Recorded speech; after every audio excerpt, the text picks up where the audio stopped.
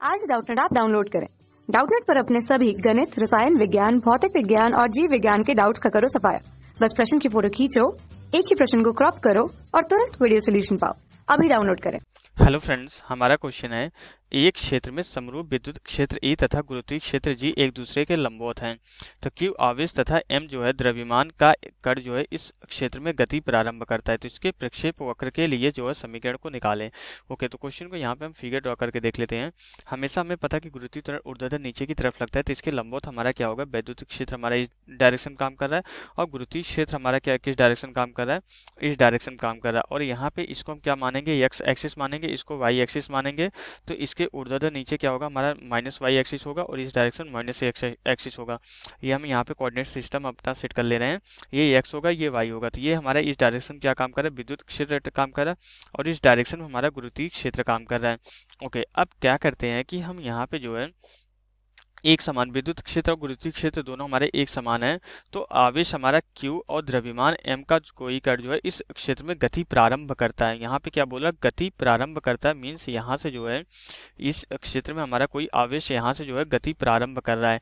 तो अब इसका जो प्रारंभिक वेग होगा यहाँ पे U इक्वल टू 0 होगा। अब विद्युत क्षेत्र की वजह से अगर इस पे आवेश हमारा Q है तो विद्युत क्षेत्र की वजह से हमारा इस डायरेक्शन में कौन सा फोर्स काम करेगा, इस डायरेक्शन में हमारा वैद्युत बल काम करेगा। इस डायरेक्शन वैद्युत बल काम करेगा, इसकी वजह से हमारा एक त्वरण हमारा इस डायरेक्शन में आएगा एक्स एक्सिस में और यहाँ से ऊर्ध्वाधर नीचे की तरफ हमारा गुरुत्वीय बल काम करेगा गुरुत्वीय क्षेत्र की वजह से। तो इस डायरेक्शन में हमारा कौन सा बल काम करेगा, एफ जी काम करेगा और इस डायरेक्शन हमारा जो है जो त्वरण आएगा ए वाई होगा। ओके, अब यहाँ पे हमारा विस्थापन इस दिशा में भी होगा, इस दिशा में, क्योंकि दोनों दिशा में त्वरण आ रहा है तो हमारे दोनों डायरेक्शन में इसका विस्थापन होगा।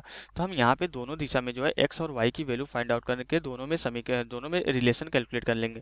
प्रक्षेप के वक्र का समीकरण निकालने का ये मतलब है कि हम यहाँ पे इस दिशा में विस्थापन कैलकुलेट करें और यहाँ पे इस दिशा में विस्थापन कैलकुलेट करें माइनस वाई एक्सिस में और एक्स एक्सिस में।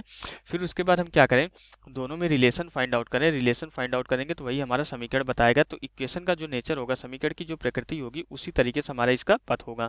तो अब यहाँ पे सबसे पहले अगर हम देखें, अगर हमें विस्थापन कैलकुलेट करना है, त्वरण कैलकुलेट करना पड़ेगा। अगर त्वरण कैलकुलेट करना है तो ये फोर्स कैलकुलेट करना पड़ेगा। अगर कोई आवेशित कण एक समान विद्युत क्षेत्र में आता है तो उस पर जो लगने वाला वैद्युत बल होता है F इक्वल टू कितना होता है, यहाँ पे हमें एक फॉर्मूला पता होता है। यहाँ पे F इक्वल टू हमारा कितना होता है, Q इंटू ई के बराबर होता है। तो ये फॉर्मूला हमें पता है। तो यहाँ पे जो वैद्युत बल हो जाएगा कितना हो जाएगा, यहाँ पे जो वैद्युत बल हो जाएगा F E इक्वल टू हमारा कितना, आवेश कैपिटल Q है, विद्युत क्षेत्र क्वेश्चन में E गिवन है। तो अब यहाँ पे न्यूटन के सेकंड नियम के अकॉर्डिंग ये क्या होगा, द्रव्यमान और त्वरण के गुणनफल के बराबर होगा। तो Q इंटू ई हो जाएगा। तो यहाँ से त्वरण कितना कैलकुलेट हो जाएगा, AX इक्वल टू हमारा Q E डिवाइडेड बाई हमारा M आ जाएगा। ये तो त्वरण आ गया। अब न्यूटन की यहाँ पे प्रारंभिक वेग शून्य है और हमें यहाँ पे x कैलकुलेट करना है। तो न्यूटन की गति का समीकरण यूज करेंगे, कौन सा, s इक्वल टू हमारा होता है ut plus half A T square होता है। ओके, s इक्वल टू हमारा क्या होता है, ut plus half A T square होता है। तो यही समीकरण हम यूज करेंगे। यहाँ पे त्वरण और विस्थापन दोनों एक ही डायरेक्शन में होगा तो धनात्मक लिया जाएगा। तो यहाँ से x इक्वल टू ये तो 0 हो जाएगा प्लस यहाँ पे 1/2 इंटू त्वरण हमारा कितना है, क्यू ई डिवाइडेड बाई हमारा जो है m के बराबर है इंटू टी स्क्वायर हो जाएगा। तो मीन से बेसिकली x की वैल्यू कितनी आ जाएगी, 1/2 Q into E divided by m into t square हो जाएगा। तो ये हमारा समीकरण एक मान लेते हैं। अब इसी तरीके से हम यहाँ पे गुरुत्वीय बल कैलकुलेट करेंगे। तो गुरुत्वीय बल कितना होगा, भार के बराबर ही होगा। तो एफ जी इक्वल टू हमारा कितना होगा, यहाँ पे m इंटू जी के बराबर होगा। ओके, अब यहाँ पे हमारा क्या होगा, तो अब न्यूटन के सेकंड नियम के अकॉर्डिंग ये द्रव्यमान और त्वरण के गुणनफल के बराबर होगा। इक्वल टू हमारा m इंटू जी हो जाएगा, m m से कैंसिल हो जाएगा। तो यहाँ से ए वाई कितना कैलकुलेट हो जाता है, ए वाई इक्वल टू जी आ जाता है। फिर न्यूटन की गति का समीकरण यूज करेंगे तो y इक्वल टू फिर विस्थापन और त्वरण दोनों एक ही डायरेक्शन में होगा। तो 1/2 जी इंटू टी, प्रारंभिक वेग इसके लिए भी शून्य होगा क्योंकि किसी भी डायरेक्शन में गति नहीं कर रहा था, प्रारंभ में गति करना प्रारंभ किया है। अब ये समीकरण 2 हो जाएगा। अब अगर हम यहाँ पे समीकरण 1 और 2 से तुलना करें, जो ये टी स्क्वायर की वैल्यू है, ये हम यहाँ पे जो इस समीकरण में ला के पुट करें तो कितना हो जाएगा, टी स्क्वायर कितना आ जाएगा, यहाँ पे 2mx divided by Q E के बराबर होगा। तो यहाँ से y इक्वल टू कितना हो जाएगा, y equal to 1/2 g into t square कितना है, 2mx डिवाइडेड बाई हमारा जो है q इंटू ई के बराबर है। ओके, तो यहाँ से हमारा क्या हो जाएगा, ये 2 जो है 2 से कैंसिल हो जाएगा।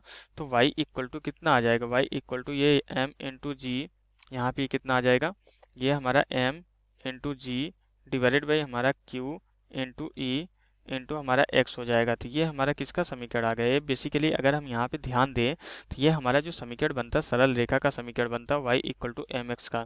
तो बेसिकली यहाँ पे ये जो समीकरण आया हमारा क्या आया है? सरल रेखा का समीकरण आया है। ये किसका समीकरण आ गया हमारा? ये हमारा जो है समीकरण आया, तो उसका पथ कैसा होगा? हमारा जो सरल रेखा का पथ बनेगा। तो सरल रेखा की डायरेक्शन में हमारा मूव करेगा और इसका जो हमारे प्रवणता होगा mg डिवाइडेड बाई QE के बराबर होगा। तो बेसिकली यहाँ पे जो प्रवणता कैलकुलेट हो जाता है हमारा कितना आ जाता है? यहाँ पे ये mg प्रवणता जो आ जाता है हमारा जो है, बेसिकली इसको m डैश से डिनोट करते हैं क्योंकि m द्रव्यमान ले लिया है। तो यहाँ पे प्रवणता हमारा कितना आ जाता है? m डैश इक्वल टू हमारा कितना आ जाता है? mg डिवाइडेड बाई जो है QE के बराबर हो जाता है। तो यहाँ पे जो हमारा वक्र जो हमारा जो है समीकरण आया सरल रेखा का y equal to mg divided by QE into x के बराबर आ गया। तो बेसिकली यहाँ पे एक्चुअली यहाँ पे अगर आपको लग रहा होगा कि इसका जो पथ आएगा, यहाँ पे जो इसका जो समीकरण आएगा ये हमारा इस डायरेक्शन इस तरीके से गति करेगा सरल रेखा। तो यहाँ पे इसका ढलान तो हमारा निगेटिव आना चाहिए। तो हाँ, ये निगेटिव आएगा ही, क्योंकि ये जो y है हमारा जो है x तो हमारा प्लस एक्सिस में है, y हमारा माइनस y एक्सिस में है, तो इसलिए यहाँ पे माइनस आ सकता है। तो बेसिकली हमें यहाँ पे यही दिखाना है समीकरण क्या होगा? y equal to mg divided by QE into x के बराबर होगा। तो ये y equal to mg divided by QE into x हमारा सरल रेखा का समीकरण आ जाता है। तो यही हमें कैलकुलेट करना था। तो यहाँ से हमारा क्वेश्चन कंप्लीट हो जाता है। Okay, thank you. कक्षा 6 से 12वीं से लेकर नीट, IIT, JEE वो एडवांस के लेवल तक 1 करोड़ से ज्यादा छात्रों का भरोसा। आज ही डाउनलोड करें डाउटनेट ऐप या व्हाट्सएप करें अपने सारे डाउट्स 8400 400 400 पर।